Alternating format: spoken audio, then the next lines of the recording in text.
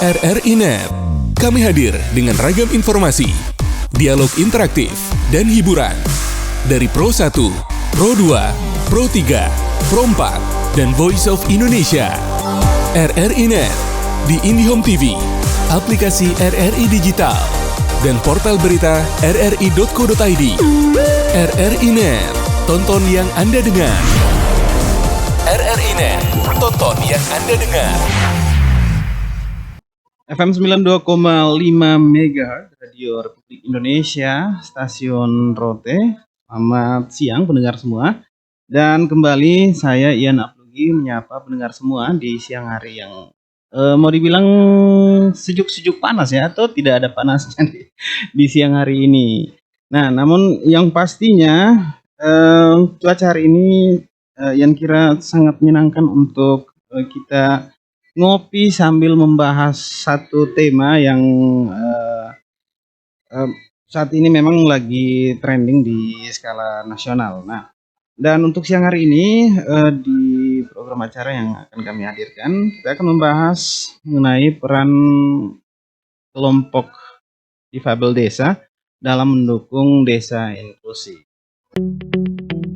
RRI Digital dengan tampilan baru, berbagai konten kolaborasi dari berbagai program nasional, termasuk siaran visual langsung, siaran radio langsung, daftar putar musik, podcast, berita video, dan berbagai fitur interaksi pengguna dalam permainan.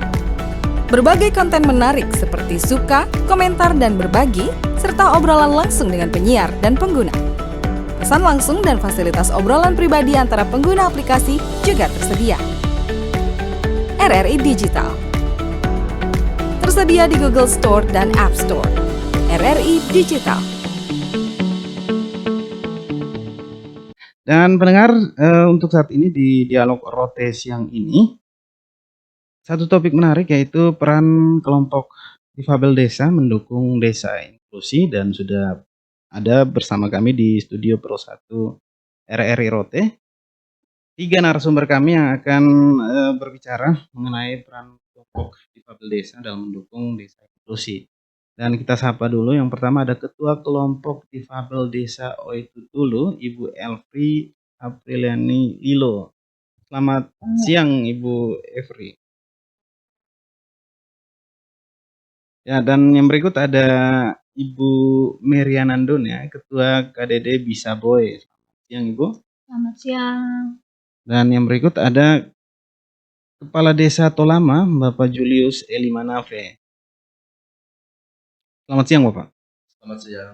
Ya, ini kita langsung saja, waktu kita hingga pukul 12 siang nanti.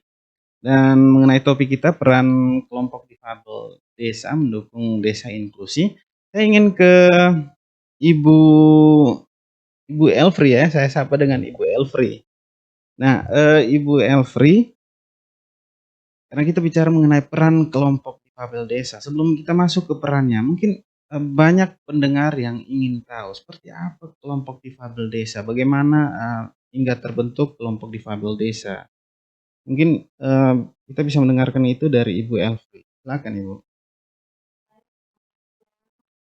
Perkenalkan, nama saya Elfri Apriliani Lilo, Ketua KDD Desa Oitutulu KDD Suelai. Awal terbentuknya kelompok desa ada di desa kami. Kami sangat bersyukur, berterima kasih karena lewat Diharamin desa kami merupakan salah satu desa yang terpilih untuk bergabung di Diharamin NTT. Dan awal terbentuknya kelompok difabel desa itu kami awalnya ada fasilitator desa sebelum masuk sampai ke KDD. Ada fasilitator desa kami yaitu Kakak Wilmi Hinup. Dia mengajak kami awalnya individu dulu. Pertama sebelum kami buat kelompok, kami didata dulu secara individu. Setelah didata kami buat kami buat pertemuan. Setelah di pertemuan itu kami diajak untuk ada kelompok difabel desa. Nah, apa itu kelompok difabel desa? Kelompok difabel desa itu khusus kami penyandang disabilitas. Nah, kelompok rentan yang dikenal masa kini kelompok rentan. Jadi kami itu dikategorikan sebelum adanya Garamin itu kami dikategorikan orang-orang cacat yang kalau ya dulu ya, itu sebagai orang-orang cacat. Dan kalau sudah kata cacat saja itu di masyarakat itu kami terlalu dikucilkan, dianggap remeh seperti itu. Jadi begitu kami tergabung di kelompok desa dengan panduan dari Garamin, kami bersyukur sekali kami juga masih bisa diangkat percaya diri kami bisa diajak kalau kami walaupun dengan keterbatasan yang kami miliki kami mampu dan kami bisa. Jadi akhirnya dengan terbentuknya kelompok difabel desa mempengaruhi kehidupan kami pribadi setiap kelompok rentan. Kami diajak untuk bisa percaya diri, bisa kami diberi kemampuan untuk kami bisa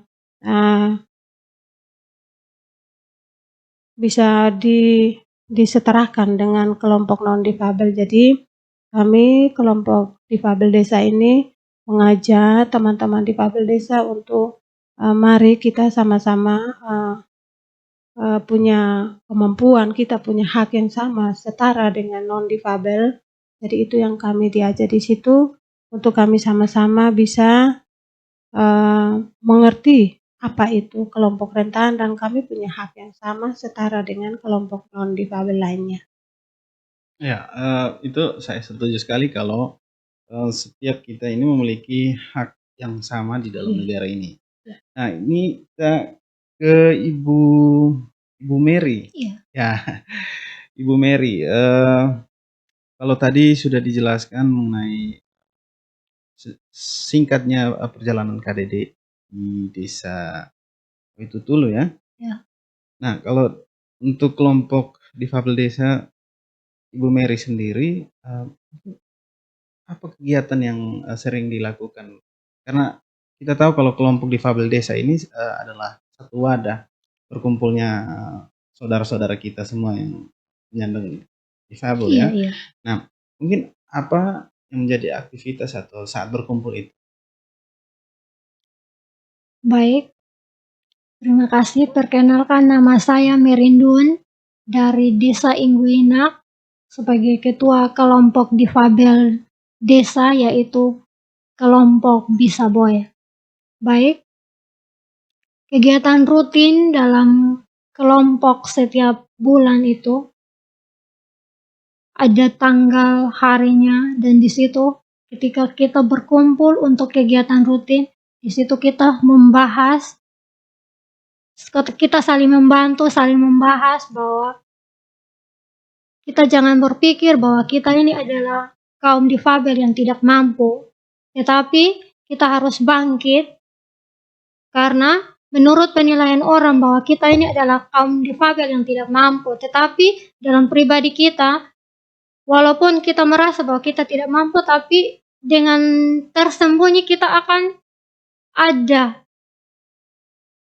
bakat atau ada prestasi kita yang tidak pernah kita tahu. Karena secara pribadi saya sendiri bahwa sebelum saya terjerumus masuk dalam kegiatan ini, saya sendiri juga merasa minder. Saya sendiri juga merasa malu dengan keadaan saya yang seperti ini. Tetapi dengan adanya Garamin, dengan terbentuknya satu kelompok, maka di situ saya merasa bahwa ternyata saya ini juga bisa. Karena ketika ada keahlian-keahlian yang kita miliki, kita sebenarnya kita ini punya keahlian, tetapi dengan tidak ada penghargaan, tidak ada dukungan dari orang-orang terdekat, terutama keluarga kita, maka di situ pasti kita tidak akan bisa.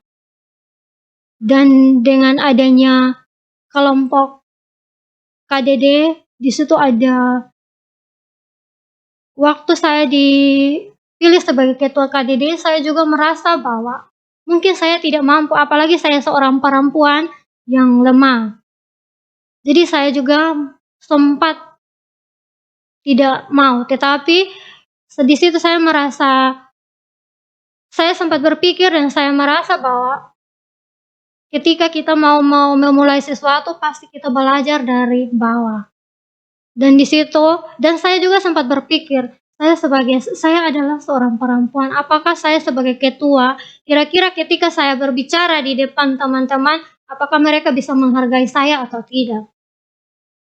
Tetapi puji Tuhan ketika saya dipilih sebagai ketua, di situ saya himbau kepada teman-teman difabel, anggota-anggota difabel bahwa jangan cuman ketua, tetapi mari kita sama-sama bangkit, kita sama-sama saling mendukung satu sama lain. Supaya biar ketika kita saling mendukung, maka di situ kita akan mencapai apa yang kita inginkan. Dan puji Tuhan, kegiatan kita di kelompok difabel kami Desa Ingguinak itu, kita selalu kegiatan rutin setiap bulan, dan di situ kita akan berbagi ketika apa yang katong miliki, prestasi apa yang katong dapatkan, dan punya keahlian apa yang katong miliki, katong sama-sama bagikan. Dan saya juga sempat himbau kepada teman-teman dan juga kepada Bapak Desa bahwa ke depan ada proses pembuatan VCO dalam kelompok difabel desa. Oke, terima kasih untuk Ibu Mary ini. Satu penjelasan singkat yang sangat memotivasi saya kira. Nah, kita ke Bapak Desa dulu.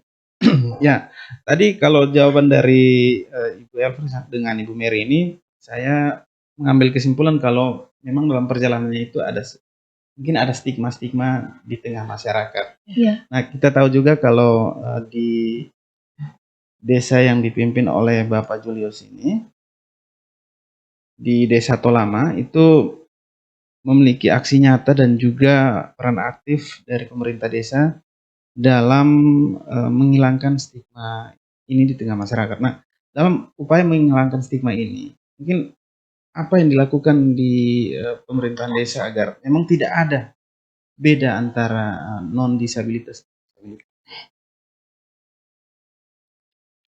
Baik, perkenalkan nama saya Julius Manafe, Kepala Desa Tolama. Sebelumnya saya perlu jelaskan bahwa Desa Tolama ini berproses menjadi desa inklusi sejak tahun 2002. Kami pemerintah desa dan Ketua Kelompok Difabel Desa mengikuti sosialisasi program Solider Sigap Indonesia yang disampaikan oleh Gramin NTT. Dalam program tersebut kami mendapatkan informasi tentang desa inklusi, konsep disabilitas, dan etika berinteraksi dengan difabel. Kami pemerintah desa akhirnya mendukung dan mengeluarkan surat keputusan pembentukan kelompok difabel desa yang namanya Velaleo dan diketuai oleh Ibu Sofia Malelak, seorang perempuan difabel di tahun 2002. Kelompok difabel Desa Tolama didampingi oleh seorang fasilitator desa, yakni awalnya adalah Kakak Tiantali, namun berbagai kesibukan sehingga diganti dengan Kakak Alfred Fafel. Kami pemerintah Desa Tolama telah mendapat dukungan support terhadap kaum difabel di desa. Dengan itu, di tahun 2003, saya sebagai kepala desa mendapat kesempatan mengikuti kegiatan Temu Inklusi di Situbondo dan banyak mendengar praktek baik dari Desa Welet Sala, Kabupaten Kupang, yang kebetulan kami sama-sama di kegiatan itu. Melihat pada kegiatan itu, Desa Welet Sala sudah memiliki perdes penyelenggaraan desa inklusi, dan akhirnya saya berkomitmen untuk bersama BPD dan Desa Tolama membentuk peraturan desa tentang desa inklusi. Dalam hal tersebut, kelompok difabel desa membantu kami pemerintah desa menyiapkan data difabel beserta potensi anggota difabel, sehingga saya mendukung difabel mudah untuk berwirausaha melalui ternak ayam dan berhasil. Di tahun kemarin dana yang saya luncurkan untuk kelompok ini sebesar 20 juta.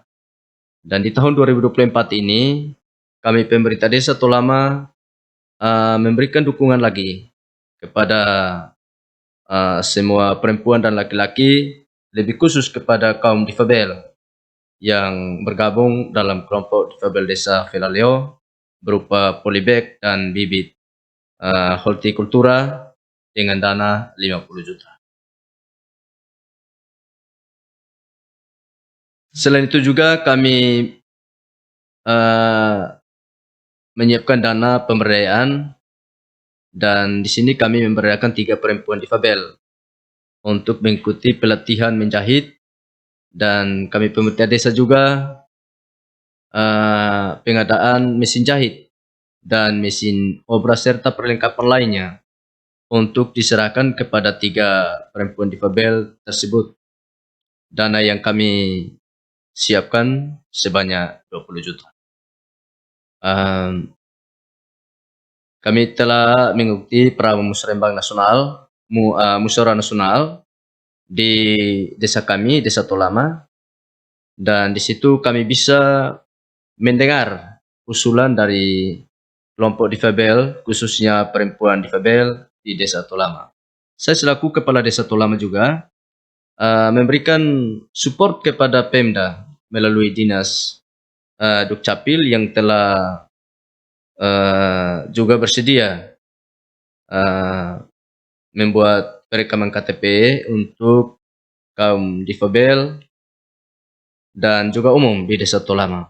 Hal itu akan terjadi sesuai waktu yang nanti diatur oleh Dukcapil, karena sebelumnya saya sudah berkomitmen dengan Pak Judian di Dukcapil. Sekian. Terima kasih untuk penjelasannya Bapak. Dan dari penjelasan Bapak memang ada hal yang perlu diapresiasi karena peran aktif dari pemerintah desa untuk memberdayakan kaum difabel yang ada di Desa Tolama sendiri. Namun saya ingin tahu dalam mewujudkan desa inklusi, kesetaraan yang memang betul-betul ada. Ini tadi kalau dari cerita dari dari Ibu Elfri dan Ibu Mary, kalau memang dalam perjalanan itu ada stigma yang mungkin berkembang, dan bagaimana upaya pemerintah sendiri untuk mensosialisasikan atau menghimbau masyarakat agar memang sebenarnya tidak ada perbedaan atau upaya untuk menghilangkan stigma buruk itu di tengah masyarakat sendiri. Baik. Kalau yang kita lihat, pengalaman kami sebelum adanya program ini di Desa Tolama, pemahaman masyarakat umum itu selalu melihat atau menilai kaum disabilitas ini adalah masyarakat yang punya keterbatasan. Tapi dengan adanya program ini ada di desa kami, justru keterbatasan itu kami berupayakan supaya itu dihilangkan, tetapi kita setarakan. Oleh karena itu, dalam semua kegiatan yang akan berlangsung di desa kami, saya sebagai pemerintah desa selalu mengarahkan supaya ada keterlibatan semua masyarakat yang di dalamnya juga termasuk kaum disabilitas. Karena menurut saya begini, kalau bicara disabilitas dan non-disabilitas, seperti yang saya sampaikan tadi bahwa kita berbicara tentang ada keterbatasan fisik. Di situ berbicara tentang keterbatasan fisik atau ada terdapat kekurangan pada seseorang. Tapi kalau menurut saya begini, kalau kita melihat keterbatasan pada seseorang yang nyata, menurut saya bahwa itu sebenarnya tidak perlu kita menilai bahwa itu ada sebuah keterbatasan atau kekurangan, karena kekurangan dan kelebihan itu sangat manusiawi. Kekurangan dan kelebihan itu melekat sekali dengan kita manusia. Tentunya kekurangan fisik pada sesama kita itu terlihat, tetapi kita juga punya kekurangan yang tidak terlihat. Oleh karena itu, dalam mengupayakan supaya pemahaman tentang keterbatasan ini tidak terjadi di desa kami, saya sudah mengajak semua para pemangku kepentingan di desa, dalam hal ini juga termasuk BPD, untuk kami akan membuat satu peraturan desa yang dimana sangat mengikat, sehingga dari masyarakat yang non disabilitas ini tidak bisa menilai atau menganggap masyarakat kaum disabilitas itu adalah orang-orang yang punya keterbatasan atau kekurangan. Seperti itu. Baik, terima kasih. Ini dari pembicaraan itu mungkin saya mengambil kesimpulan kalau setiap orang mempunyai kekurangan dan kelebihan, ya, masing-masing bisa dilengkapi oleh satu sama lain. Betul ya, Pak, ya? Ya, ini kalau bisa kita jangan tegang ya. Karena kita obrolan, dan saya yakin kalau di sini punya satu visi dan misi yang sama, yaitu untuk bagaimana membangun desa yang inklusif dan ada kesetaraan antara penyandang difabel dan non difabel. Saya ingin tahu ini kegiatan sehari-harinya. Saya mulai dari Ibu Mary dulu. Mungkin bisa diceritakan kegiatan sehari-harinya saat ini mungkin. Kegiatan sehari-hari Ya. saya.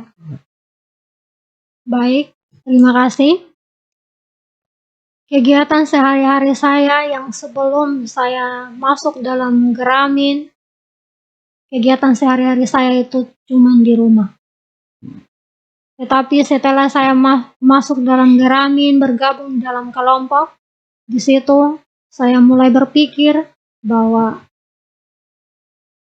ketika kita punya kekurangan pasti ada kelebihannya. Dan di situ saya mulai berpikir bahwa ketika saya sudah bergabung dalam kelompok, maka di sisi lain pasti ada yang tidak menyukai, tetapi di sisi lain pasti ada yang punya minat.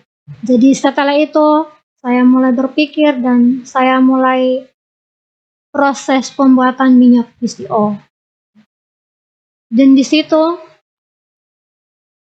ketika saya mau memulai proses minyak PCO itu, saya mulainya dengan manual, yaitu pakai parut manual. Dan di situ saya mulai posting. Saya juga dibantu dengan kakak Fasdes, yaitu kakak Mariana Tungga, untuk dipromosikan. Dan di situ juga saya diminta untuk titip di kantor Dekranasda, dan kawan-kawan yang lain juga bantu kakak Fasdes dari Desa Tolama, yaitu kakak Al-Fafo. Dan puji Tuhan, sampai sekarang proses pembuatan VCO-nya berjalan dengan baik. Dan setelah waktu proses pembuatan yang pertama itu saya pakai parut manual, tetapi puji Tuhan ada bantuan BLT dari desa, dan di situ bantuan BLT-nya saya juga termasuk, dan puji Tuhan saya pergunakan bantuan itu. Saya pakai membeli parut kelapa dan parut kelapa listrik, dan puji Tuhan sampai sekarang prosesnya masih berjalan. Oke. Terima kasih. Ini pembuatan VCO ya. Iya. VCO itu minyak kelapa murni ya. Iya. Ya. Dan kalau seandainya ada pendengar yang ingin membeli VCO dari Ibu Mary, kemana mereka harus bisa dapat? Langsung di Ibu Mary. Iya, langsung ada. Alamatnya di mana? Alamatnya di Ingguinak. Coba bisa lebih detail. Alamatnya di Ingguinak. Ada nomor teleponnya juga. Ada nomor telepon. Bisa disebutkan? 081 338 691 291. Kalau lewat Facebook, nama Facebooknya Nona Mariana Ndun. Oke, jadi buat pendengar yang ingin atau membutuhkan VCO, bisa langsung menghubungi ke Ibu Mary ya, Iya. di Ingguina. Di Ingguina. Dan kalau mungkin juga mau melihat prosesnya, bisa langsung juga ke Ibu Mary. Iya, bisa. Karena saya yakin bahwa Ibu Mary salah satu orang yang bisa selalu memotivasi orang lain untuk berusaha. Iya. Nah, kalau ke Ibu Elfri, Iya. Ibu Elfri mungkin bisa ceritakan pengalamannya sebelum bergabung bersama kelompok difabel desa ini dan sekarang menjadi ketua kelompok difabel desa.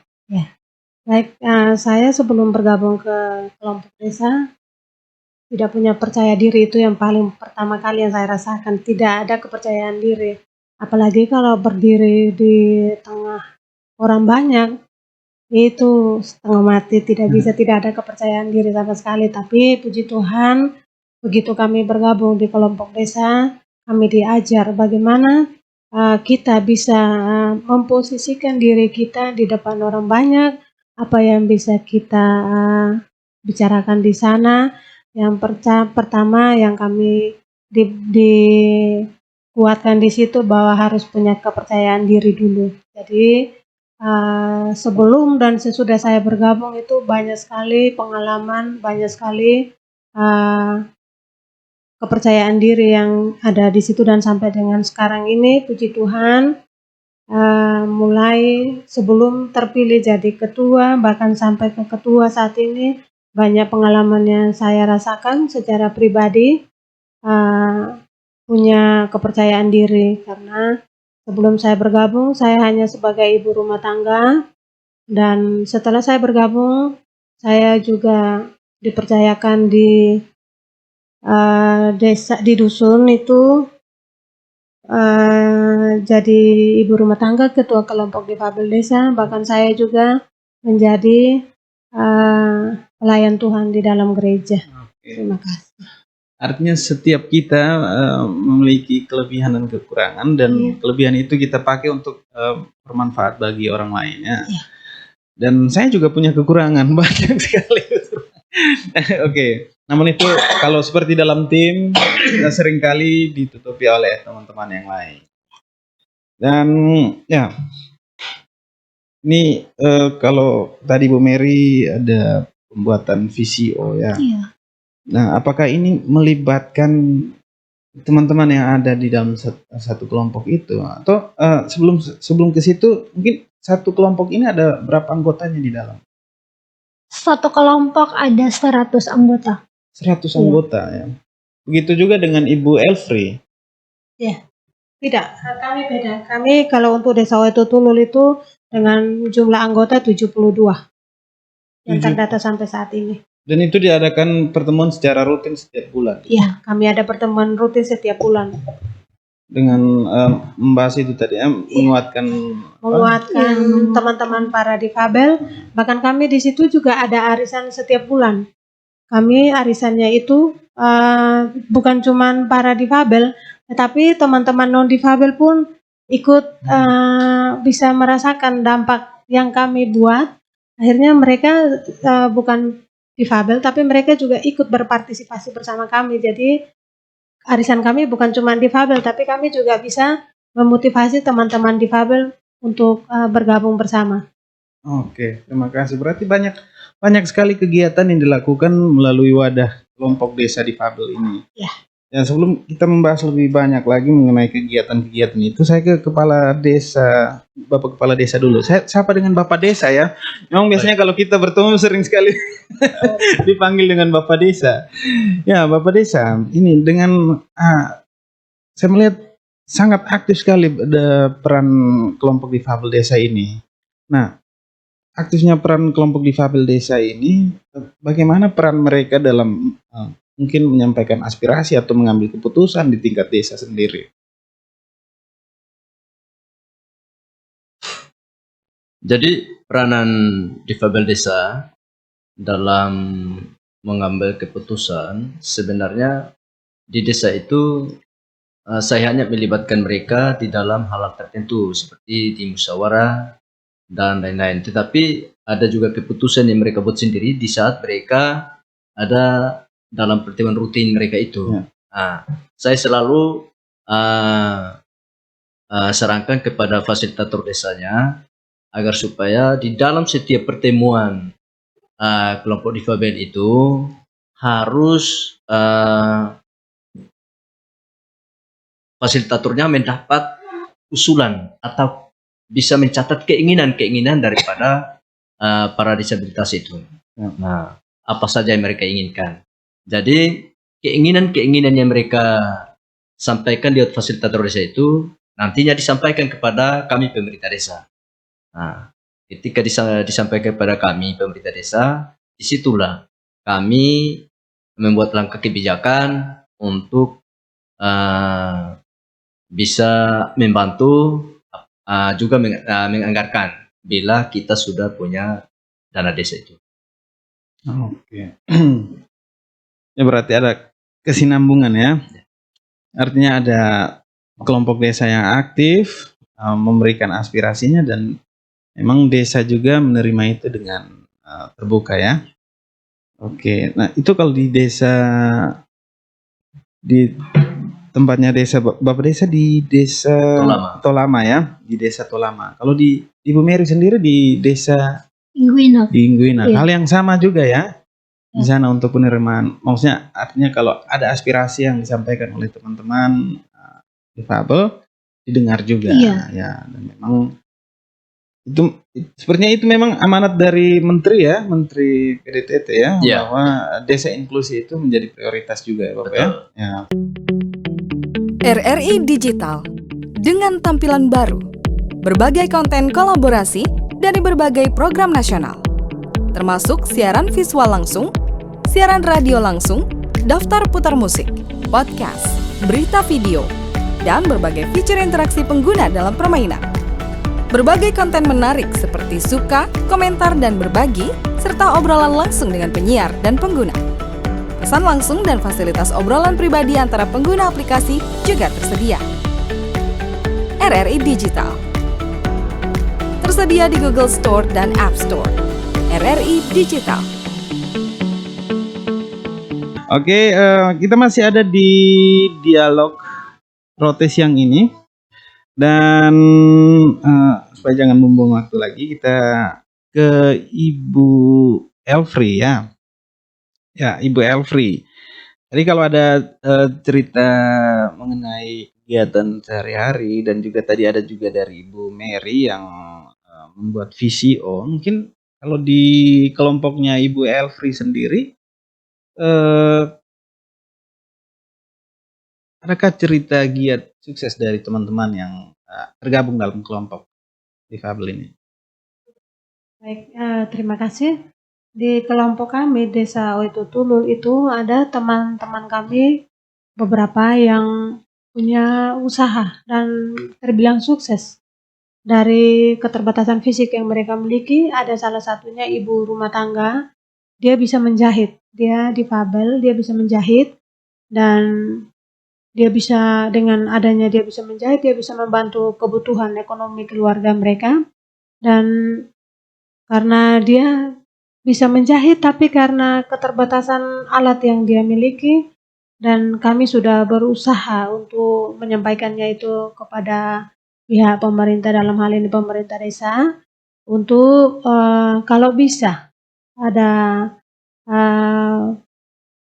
ada sumbangan untuk mereka, untuk supaya kalau misalnya ada bantuan dana desa, dengan dana desa mereka bisa pakai untuk belanja alat-alat jahit, dan puji Tuhan itu juga sudah masuk di Musdus sampai ke desa, sampai di musyawarah desa dan diterima baik oleh pihak pemerintah desa, dan tinggal kami menunggu waktu kalau memang rezekinya di pihak difabel pasti didapat. Dan bukan cuma itu, ada lagi juga ibu rumah tangga, dia difabel fisik, dia bisa usaha kue di rumah, kue-kue, jadi sudah terbilang sukses karena dengan hasil yang mereka punya, mereka bisa membantu kebutuhan ekonomi mereka.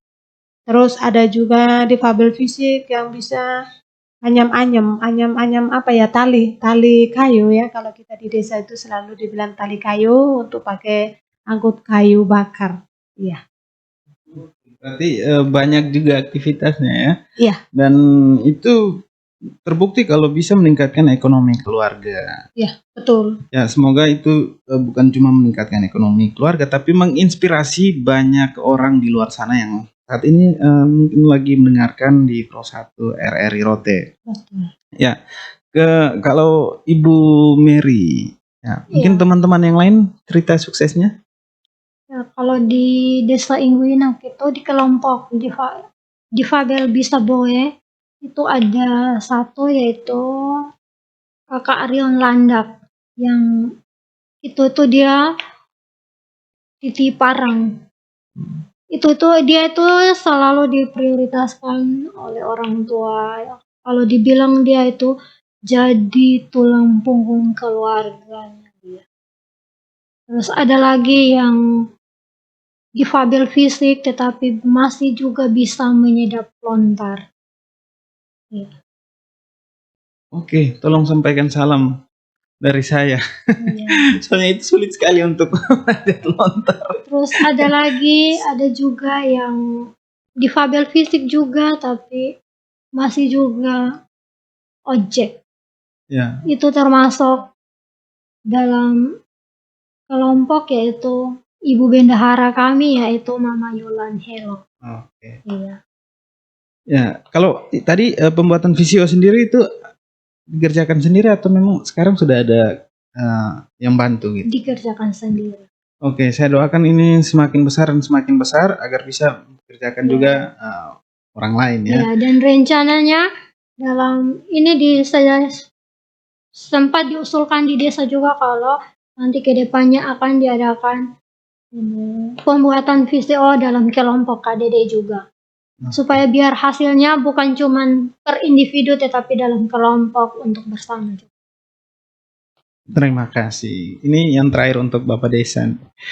Ya, Bapak Desa, tahun 2024 ini mau dibilang baru masih di awal nih. Kita di triwulan pertama. Masih ada 9 bulan lagi. Rencana apa yang harus dicapai atau targetnya di tahun 2024 ini untuk pembangunan desa inklusi sendiri? Kalau di 2024 itu target saya itu untuk kaum disabilitas yang saya sudah prioritaskan mendapat bantuan tahun ini itu harus tercapai. Ya, di dalamnya itu yang saya sebutkan tadi untuk pelatihan menjahit. Ya, saya pastikan itu harus berhasil karena uangnya sudah tersedia, tinggal kita eksekusi. Tinggal saya datangkan pelatihnya, dan untuk mesin jahit dan overseas itu perlengkapan lain sudah uang kita sudah siapkan, tinggal kita belanjakan untuk mereka. Selain itu juga polybag bantuan polybag yang untuk umum itu di dalamnya juga ada kaum disabilitas. Jadi saya pastikan untuk tahun ini saya targetkan ya kurang lebih 50% lah kaum disabilitas itu mendapat dana pemberdayaan dari desa. Oke, terima kasih Bapak. Ya, ini sesi terakhir, jadi saya minta satu closing statement dari Bapak untuk mungkin sebagai motivasi bagi teman-teman semua, khususnya di pemerintahan desa yang lain. Baik, kalau statement dari saya tidak bisa mengajak dan harus ditiru oleh teman-teman kades yang lain, tetapi statement saya untuk desa saya mau bilang begini.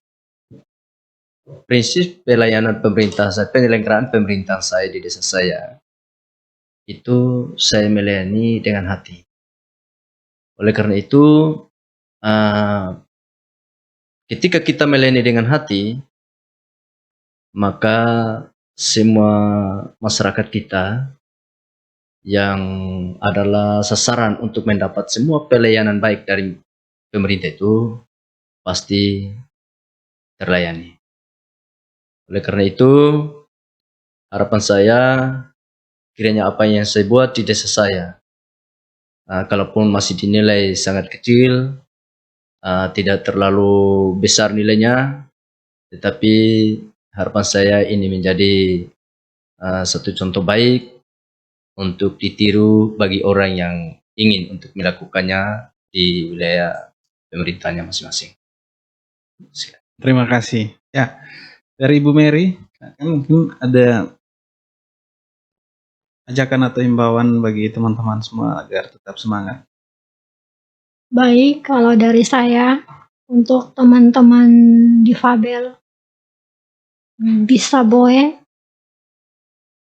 Ini untuk bisa boe, bukan untuk semua ya. Nanti setelah beta omong nanti dalam penilaian bilang beta sombong atau karmana kelebihan kotong, tetapi ini untuk kelompok bisa boe, tetap semangat, jangan pernah bosan, karena kotong percaya bahwa seketika kotong selalu direndahkan atau tidak dianggap, tetapi pasti suatu saat kotong akan diperlihatkan, kotong akan ada orang yang selalu peduli dengan kotong. Di sisi lain kotong tidak pernah dianggap, tetapi di sisi lain pasti kotong juga bisa. Dan jangan pernah sembunyikan kotong punya bakat atau sembunyikan kotong punya talenta, tetapi mari ketika kita sudah bergabung dengan kelompok, maka mari tunjukkanlah kotong punya bakat, tunjukkanlah talenta kita. Maka suatu saat kotong akan jadi seperti non-difabel yang bisa. Mari kotong tunjukkan bahwa walaupun kotong ini selalu dianggap sonde bisa, tetapi kotong percaya bahwa pasti kotong juga akan bisa seperti non-difabel. Terima kasih. Terima kasih. Ya, silakan dari Ibu Elfri. Ya, saya Ketua KDD Desa Wetu Tulul mengajak teman-teman difabel Desa Wetu Tulul tetap semangat, tetap percaya diri, dan percaya bahkan kita bisa mampu. Saya menghimbau kepada kepemerintahan Desa Wetu Tulul bahwa kekurangan yang ada pada kami tim difabel Desa Wetu Tulul itu kelebihannya ada di pemerintah dan masyarakat desa. Terima kasih. Baik, terima kasih. Terima kasih untuk hari ini. Dialog ini sangat luar biasa dan sangat menginspirasi. Bapak Desa, terima kasih. Nanti sering-sering main ke sini. Begitu juga Ibu Mary dan Ibu Elfri. Jangan lupa datang ke RRI Rote untuk sebagai motivator bagi teman-teman yang lainnya. Baik pendengar, demikian dialog kita mengenai peran kelompok difabel desa mendukung desa inklusi. Semoga bisa menginspirasi banyak pendengar di luar sana. Saya Yana Plugi, pamit undur diri dari ruang dengar sahabat semua. Selamat siang dan sampai jumpa. RRI Net, kami hadir dengan ragam informasi, dialog interaktif, dan hiburan. Dari Pro 1, Pro 2, Pro 3, Pro 4, dan Voice of Indonesia. RRI Net, di IndiHome TV, aplikasi RRI Digital, dan portal berita rri.co.id. RRI Net, tonton yang Anda dengar. RRI Net, tonton yang Anda dengar.